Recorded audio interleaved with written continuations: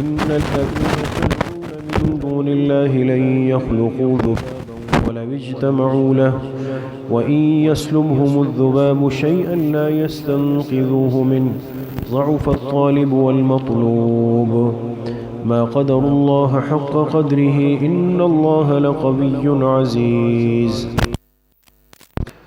صدق اللہ العظیم۔ یہ سورۃ الحج کی آیت نمبر 73 اور آیت نمبر 74، یہ دو آیتیں آپ حضرات کے سامنے پڑھی گئیں۔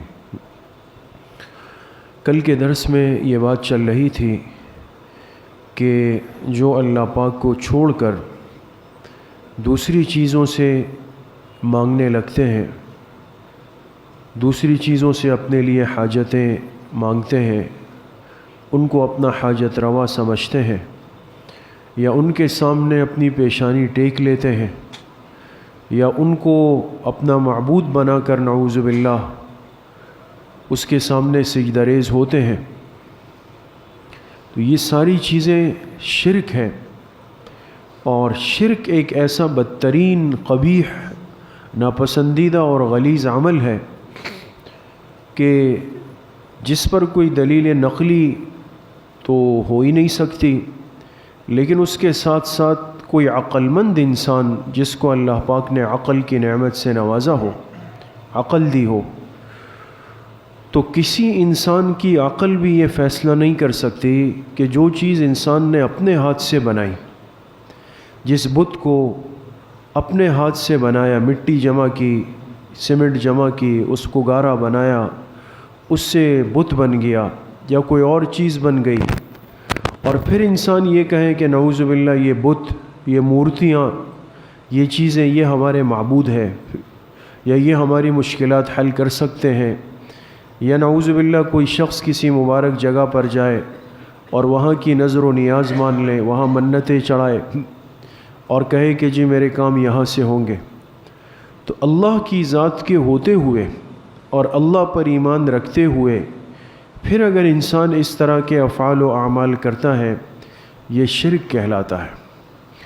اور شرک اس کائنات میں اللہ پاک کو سب سے زیادہ ناپسندیدہ عمل ہے، اس لیے فرمایا ان الشرک لظلم عظیم، سب سے بڑا ظلم اللہ کی نظر میں وہ شرک ہے۔ ان اللہ لا یغفر ان یشرک بہ ویغفر ما دون ذلک لمن یشاء، فرمایا اللہ پاک شرک کے گناہ کو معاف نہیں کریں گے، اس کے علاوہ باقی جو بھی گناہ ہوگا اللہ پاک اس کو معاف کر دیں۔ یہ اللہ کو ناپسند ہے، یہ قبول نہیں، اس لیے کہ یہ اللہ کی بادشاہت کو، اللہ پاک کی قدرت کے سامنے کھڑا ہونا ہے، حرام کر دیا گیا ہے اس کو۔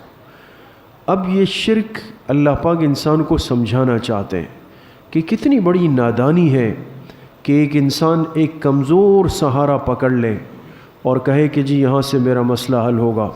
اس کو ایک مثال کی شکل میں اللہ پاک نے اس آیت میں بیان فرمایا۔ ان آیات کا ترجمہ ہے یا ایھا الناس، اے لوگو، ضرب مثل، ایک مثال پیش کی جا رہی ہے، فاستمعوا لہ، اس کو خوب کان لگا کے سن لو، کان لگا کے سن لو۔ کیا مثال؟ ان الذین تدعون من دون اللہ، بے شک جن کو تم پکارتے ہو، تم سے مراد یعنی کافروں کی طرف اشارہ ہے، جن کو تم پکارتے ہو اللہ کو چھوڑ کر، ان کی حقیقت تو یہ ہے کہ لن یخلقوا ذبابا، کہ وہ ہرگز ایک مکھی کو بھی نہیں بنا سکتے۔ مکھی جانتے؟ مکھی، ذباب، وہ تو ایک مکھی بھی نہیں بنا سکتے، وَلَوِ اجْتَمَعُوا لَهُ، اگرچہ سب کے سب اس کے لیے جمع ہو جائے تب بھی نہیں بنا سکتے۔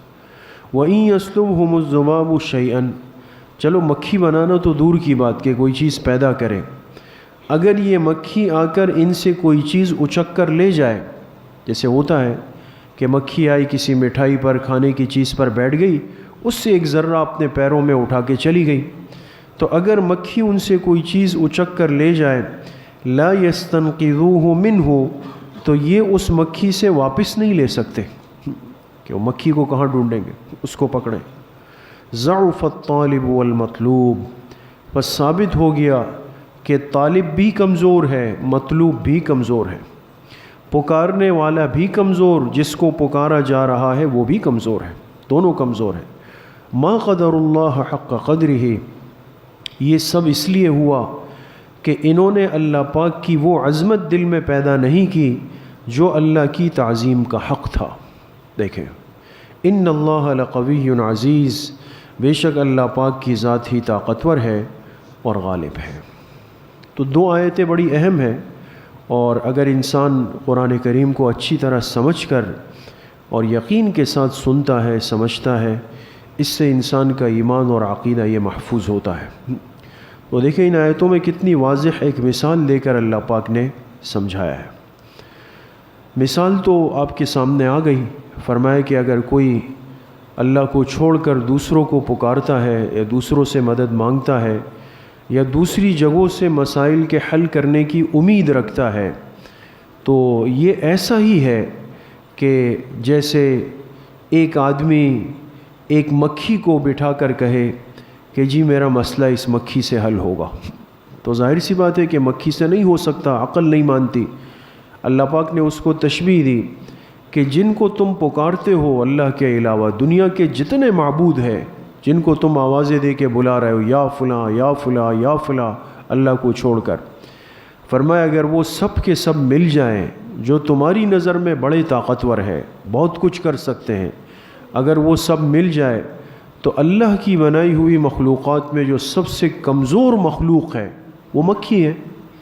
اس لیے انسان بھی اپنی زبان میں جب مثال دیتا ہے کہتے اس کی حیثیت تو مچھر کے برابر بھی نہیں ہے، مکھی کے برابر بھی نہیں، کمزور ہونے میں مثال دے رہا ہے۔ تو اللہ نے فرمایا یہ سب لوگ اگر یہ سب مل جائیں تب بھی ایک مکھی کو نہیں بنا سکتے، اتنے عاجز ہیں، اور اللہ نے اتنی بڑی کائنات بنائی ہے۔ اور چلے مکھی کو بنانا دور کی بات ہے، اگر یہ مکھی ان کے کھانے کی کوئی چیز لے جائے یہ اس سے واپس بھی نہیں لے سکتے۔ یہ سب سمجھنے کے باوجود بھی یہ وہاں جا کے پیشانی ٹیک رہے ہیں، وہاں جا کے اپنی حاجتیں مانگ رہے ہیں کہ جہاں سے کچھ بھی نہیں ہو سکتا۔ اللہ کی اتنی بڑی بارگاہ کو، اللہ کے اتنے بڑے دربار کو چھوڑ کر یہ وہاں جا کے کھڑے ہو گئے، انہوں نے اپنے آپ کو کمزور سہارا لے کے کمزور کر دیا۔ اس لیے کہتے ہیں نا، جو شاخ نازک پہ آشیانہ بنے گا ناپائیدار ہوگا۔ پرندہ بھی جب اپنے لیے گھونسلہ بناتا ہے تو وہ بھی کسی مضبوط شاخ کو دیکھتا ہے، کمزور ٹہنی پر پرندہ بھی گھونسلہ نہیں بناتا۔ کیوں؟ اس لیے کہ اس کو پتہ ہے کہ اگر شاخ نازک پہ میں نے اپنا گھونسلہ بنا دیا تو وہ ناپائیدار ہوگا، تو مضبوط نہیں ہو سکتا ہے۔ لیکن یہ انسان اتنا نادان بیوقوف ہو جاتا ہے، اتنا گر جاتا ہے کہ یہ اللہ کی ذات کے ہوتے ہوئے کمزور سہاروں کے پیچھے بھاگ رہا ہوتا ہے، دوسروں کے دروازوں پہ جا رہا ہے، دوسروں کے مقامات پہ جا رہا ہے، اور اس یقین سے جاتا ہے بھئی یہاں میرا مسئلہ حل ہوگا، یہاں مسئلہ حل ہوگا، یہاں میرا مسئلہ حل ہوگا۔ وہ ہمارے علماء نے عبرت کے لیے، ایک سمجھانے کے لیے ایک واقعہ لکھا کہ ایک شخص بہت پریشان ہوا، قرضوں میں پھنس گیا، مالی پریشانیوں میں پھنس گیا، کچھ سمجھ نہیں آ رہا تھا کیا کرے۔ تو کسی نے اس کو مشورہ دیا کہ بھئی آپ پریشان کیوں ہوتے ہیں؟ ہمارے جو ملک کے جو بادشاہ ہے وہ بہت عادل اور سخی آدمی ہے، آپ جائیں ان کے سامنے اپنی تکلیف رکھیں تو وہ آپ کی درخواست سنیں گے بھی، قبول بھی کریں گے، آپ کا مسئلہ بھی حل ہوگا، آپ ایسے ہی پریشان ہو رہے۔ یہ شخص گیا بادشاہ کے محل کا پتہ پوچھتے ہوئے، پہنچ گیا باہر کے دروان سے، کہا کہ میں بڑا مجبور بے کس آدمی ہوں اور مجھے کسی نے مشورہ دیا، راستہ دکھایا کہ بادشاہ بہت عادل سخی ہے، تو آپ میری درخواست لے جائیں تاکہ میں بادشاہ کے سامنے اپنی عرضی پیش کر دوں۔ تو وہ اندر گیا اور واپس آیا اور کہا کہ آپ انتظار کریں، بادشاہ جو ہے وہ عبادت میں لگے ہوئے، اپنے اعمال پورے کر رہے ہیں۔ تھوڑی دیر انتظار کیا، اس نے پھر پیغام بھیجا کہ جی دیر ہو رہی ہے، اگر آپ معلوم کر لیں۔ وہ آیا، کہا کہ اب بادشاہ جو ہے فارغ تو ہو گئے ہیں لیکن اب وہ دعا مانگ رہے ہیں۔ اس نے کہا بادشاہ بھی مانگ رہے ہیں؟ کہا ہاں۔ کس سے؟ کہا اللہ پاک سے۔ اس نے کہا او ہو، مجھے اب سمجھ آ گئی، اگر ملک کے بادشاہ نے ہاتھ اللہ کے سامنے اٹھائے ہیں تو میں کیوں نہیں اٹھا سکتا ہوں؟ میں اس دروازے پہ چھوڑ کر اس بادشاہ کے دروازے پہ کیوں آیا ہوں کہ جس نے خود اللہ پاک سے مانگنے کے لیے ہاتھ اٹھائے ہوئے. سمجھ آ گئے. تو اللہ کی ذات کا یقین نہیں ہے دل میں. ہمارے یہ تبلیغ والے حضرات جب بات شروع کرتے ہیں تو پہلا جملہ کیا سکھاتے ہیں؟ سب کچھ کے ہونے کا یقین اللہ سے آ جائے اور مخلوق سے کچھ نہ ہونے کا یقین آ جائے. یہ عقیدے کی بنیاد یہاں سے شروع ہوتی ہے. توحید کی بنیاد یہاں سے کہ سب کچھ کا ہونا یہ میرے دل میں بیٹھ جائے. یہ اللہ کر سکتے ہیں، اللہ ہی اس پہ قادر ہے. مخلوق کچھ بھی نہیں کر سکتی. مخلوق تو عاجز ہے، ساری مخلوق اللہ کے سامنے عاجز ہے، لیکن ہم مخلوق کے پیچھے جا رہے ہیں.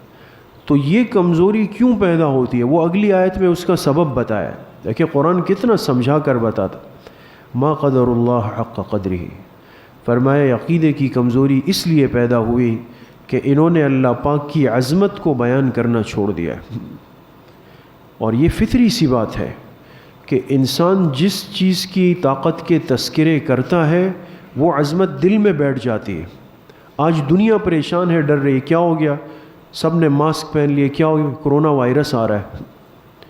وائرس ایک گمان اور شبے اور اندازے کی بنیاد پر ساری دنیا ڈری ہوئی ہے. ایک چیز کا یقین اور وجود الا ماشاء اللہ کہیں ہوا ہو یا نہیں ہوا ہو، لیکن سب گھبرا گئے، ڈر گئے. کیوں؟ اس لیے کہ جہاں بیٹھے اخبار دیکھیں، میڈیا کو دیکھیں، میسج کو دیکھیں، فیس بک کو دیکھیں، ساتھیوں کی مجلس میں بیٹھیں، پڑھے لکھے لوگوں کے ساتھ بیٹھیں، ہر آدمی اس چیز کے خوف دل میں بٹھا رہا ہے، تو وہ بھی دل میں بیٹھ گیا. تو فطرت ہے، جس چیز کے تذکرے ماحول میں پھیل جائیں گے انسان اس رعب میں نیچے آ جاتا ہے. اس لیے آج کے مسلمان کو یقین ہی نہیں ہے کہ میری دعا میں کتنی بڑی طاقت ہے، اور اس کو یقین ہی نہیں ہے کہ اللہ پاک کے سامنے رونے میں کتنی بڑی طاقت ہے. باقی چیزوں کی طاقت سمجھ میں آ گئی تو لہٰذا اس سے خوف زدہ ہے، اس سے پریشان ہے. سارے انتظامات ہم نے کیے، بچوں کی چھٹیاں ہو گئی، ادارے متحرک ہو گئے، یہ انتظام ہو جائے، فلائٹیں بند ہو گئی، عمرے کے ویزے بند ہو گئے، آنا جانا بند ہو گیا، موقوف ہو گیا. جی کیا ہے؟ وہ ایک وائرس ہے، وہ لگ سکتا ہے. اس چیز کے خوف کو دل میں بٹھایا تو واقعی بیٹھ گیا. جب اللہ کی ذات کی عظمت کا تذکرہ ہی نہیں ہے، اللہ کی بڑائی کا تذکرہ ہی نہیں ہے، اللہ کی طاقت اور قدرت کے تذکرے ہی نہیں ہے، تو اللہ کی ذات کا یقین کیسے دل میں آئے گا؟ اس لیے میرے عزیزوں، دوستوں، بزرگوں، حالات جیسے بھی ہو، باتیں جیسی بھی ہو، بحیثیت ایک مسلمان کے ہمیں ایمان اور عقیدہ رکھنا چاہیے کہ زندگی بھی کس کے اختیار میں ہے؟ اللہ کے. اور موت بھی کس کے اختیار میں؟ اللہ کے. یہ چیزیں تو اسباب کی چیزیں. مسلمان کیوں ڈر رہا ہے اور کیوں پریشان ہو رہا ہے؟ کیا موت نہیں آنی ہے؟ موت تو آنی ہے. یہ تو ایمان اور یقین ہے. پھر پریشان کس چیز سے ہو رہا ہے؟ یہ چیز نہیں تھی تو کیا دنیا سے لوگ نہیں جا رہے تھے؟ کتنے لوگ دنیا میں ایسے ہیں کہ جو موذی امراض کے اندر مبتلا ہوتے ہیں. موذی امراض. ہمارے ایک ساتھی ہمیں بتا رہے تھے کہ ایک قرآن پڑھانے والے قاری صاحب تھے، ان کے بارے میں. بہرحال قرآن کی بھی اپنی ایک برکت ہے. ان کی طبیعت خراب ہوئی، ڈاکٹر کے پاس لے گئے. جب ان کا الٹرا ساؤنڈ ہوا تو اس میں انکشاف ہوا کہ ریڑھ کی ہڈی کی جو جڑ ہے اس پہ کینسر لگ گیا ہے، ریڑھ کی ہڈی پر. اب بتائیں جسم میں ریڑھ کی ہڈی کتنی بڑی بنیاد ہے، وہاں یہ خطرناک اور ابھی تک جیسے کہا جاتا ہے لا علاج، وہ لگ جائے تو کیا قصہ ہے. وہ ساتھی مجھے کہنے لگے کہ 12 سال ہو گئے اس قاری صاحب کو، وہ الحمدللہ بالکل ٹھیک ٹھاک ہے. 12 سال پہلے ایک مرض کی تشخیص ہوئی، لیکن جب اللہ نے زندگی رکھی ہے تو کیا ہو سکتا ہے؟ کچھ بھی نہیں. اور ہم روز مرہ آپ بھی سنتے ہم بھی سنتے، ایک ٹھیک ٹھاک آدمی ہے، ذرا دائیں سے بائیں ہوا خبر آئی کہ نہیں رہا دنیا، چلا گیا. تو یہ زندگی موت تو اللہ کے اختیار میں ہے، اللہ کے حکم سے ہے، اللہ کے ارادے سے. اسباب سے ڈرانا یہ عالم کفر کی محنت ہے کہ اس صاحب ایمان کے دل سے ایمان کی طاقت کو نکال لیا جائے. اس لیے ان باتوں سے پریشان ہونے کی ضرورت نہیں، بلکہ اللہ پاک کی ذات کی طرف رجوع کرنے کی ضرورت ہے، اللہ سے مانگنے کی ضرورت ہے، اللہ کا خوف دل میں بٹھانے کی، آخرت کی تیاری کی ضرورت ہے. اللہ پاک صحیح عمل کی توفیق نصیب فرمائے. الحمدللہ رب العالمین والصلاة والسلام علی سید الانبیاء والمرسلین سیدنا